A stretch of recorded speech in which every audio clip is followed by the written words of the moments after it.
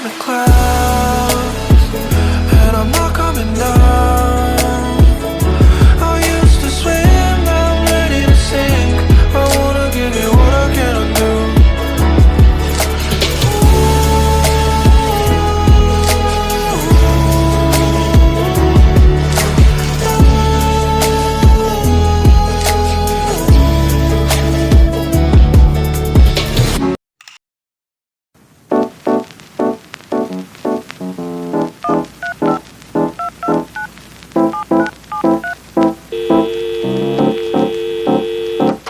Hey,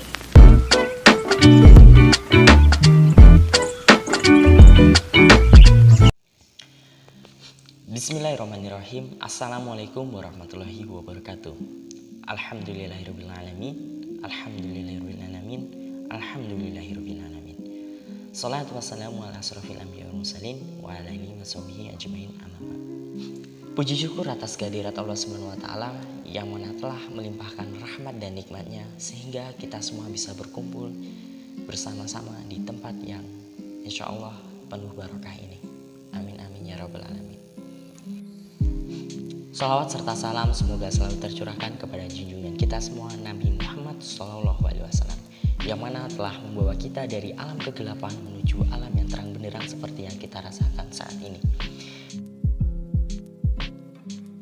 Baiklah teman-teman, pada kesempatan kali ini saya akan membahas tentang betapa pentingnya menuntut ilmu. Dalam sebuah hadis dikatakan bahwasanya thalabul ilmi faridatun ala kulli muslimin wal muslimat, yang artinya menuntut ilmu adalah suatu kewajiban bagi kaum muslimin dan kaum muslimat. Dan di dalam surat Al-Alaq Allah berfirman, Iqra, yang artinya bacalah. Maka kita sebagai seorang muslim di situ dituntut agar belajar atau membaca, dan cakupannya lebih luas adalah kita diharuskan menuntut ilmu. Karena menuntut ilmu sangat-sangat begitu dianjurkan oleh agama Islam itu sendiri. Dan ada beberapa manfaat dari menuntut ilmu. Keuntungan yang pertama atau hikmah yang pertama adalah Allah naikkan derajat bagi siapapun yang menuntut ilmu. Sesuai dengan firman Allah di dalam surah Al-Mujadilah ayat 11 yang berbunyi, Yarfa'illahu allazina amanu minkum wallazina utul ilma darajat. Yang artinya, niscaya Allah akan menaikkan derajat orang-orang yang beriman dan orang-orang yang berilmu. Dan keuntungan yang kedua adalah, dan penuntut ilmu akan mendapatkan pahala yang begitu besar di hari kiamat nanti. Karena dalam sebuah hadis dikatakan bahwa penuntut ilmu adalah penuntut rahmat. Dan penuntut ilmu itu sendiri adalah pilar Islam yang mana nanti pahalanya akan bersama para nabi. Dan yang selanjutnya adalah yang ketiga, ilmu bisa menjadikan sedekah untuk diri kita sendiri. Ketika kita tidak mampu memberikan seseorang apapun, baik itu materi ataupun yang lainnya, maka kita bisa memberikannya ilmu. Karena satu ilmu akan bermanfaat kemudian hari oleh orang yang kita beri ilmu. Dan penuntut ilmu atau orang yang berilmu itu lebih utama daripada seseorang yang ahli ibadah seperti itu. Karena ibadah tanpa ilmu itu kurang baik.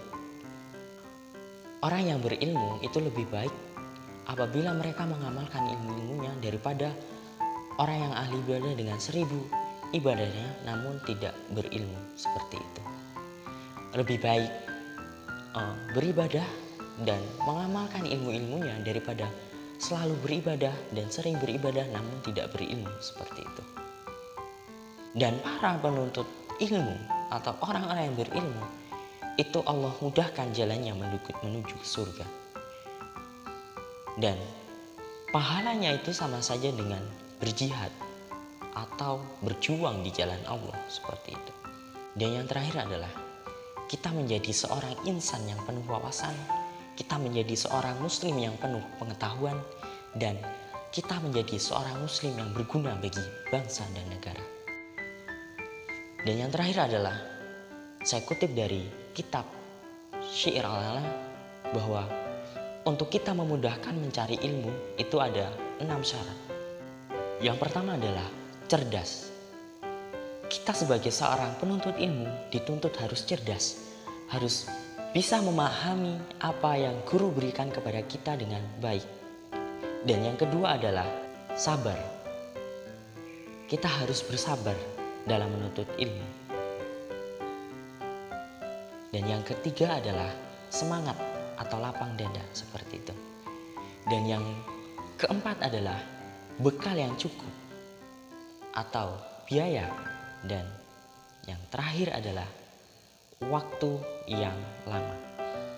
Jadi dalam menuntut ilmu itu kita memerlukan waktu yang cukup lama, tidak instan 1 atau 2 hari saja. Dan tidak lupa kita harus selalu mengikuti arahan atau dawuh atau petunjuk yang guru berikan kepada kita seperti itu, agar ilmu yang mereka berikan menjadi ilmu yang bermanfaat dan barokah pada masa yang akan datang seperti itu. Dan pesan saya yang terakhir, semoga kita sebagai seorang muslim, seorang insan yang baik, kita harus punya wawasan, punya pengetahuan dan ilmu yang baik pula, agar kita sebagai seorang khalifah di muka bumi ini menjadi seorang yang bermanfaat bagi lingkungan, agama, bangsa, dan negara seperti itu. Karena kalau kita tidak berilmu, kita tidak akan bisa meraih dunia dan akhirat seperti itu. Saya beri contoh kecil. Orang-orang yang hebat, orang-orang besar itu adalah orang-orang yang berwawasan, berpengetahuan, dan berpendidikan. Contoh yang paling kita kenal adalah founder Facebook, Mark Zuckerberg. Dia adalah seseorang yang berpengetahuan dan berwawasan yang tinggi. Dan selanjutnya adalah, contoh lainnya adalah Jeff Bezos atau founder Amazon.com. Itu adalah seorang yang sama, seseorang yang berwawasan dan berpengetahuan tinggi.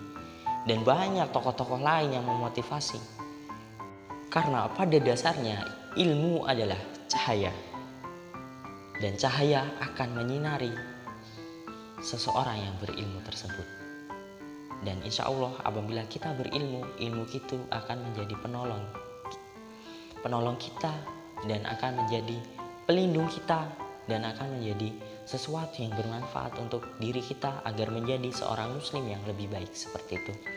Saya harap semoga teman-teman dan audien-audien sekalian dapat lebih bersemangat lagi, lebih termotivasi untuk menuntut ilmu. Mari kita tambahkan, kita niatkan kembali agar kita lebih bersemangat dalam menuntut ilmu. Mungkin itu saja yang bisa saya sampaikan. Banyak salah, saya mohon maaf. Saya akhiri. Assalamualaikum warahmatullahi wabarakatuh.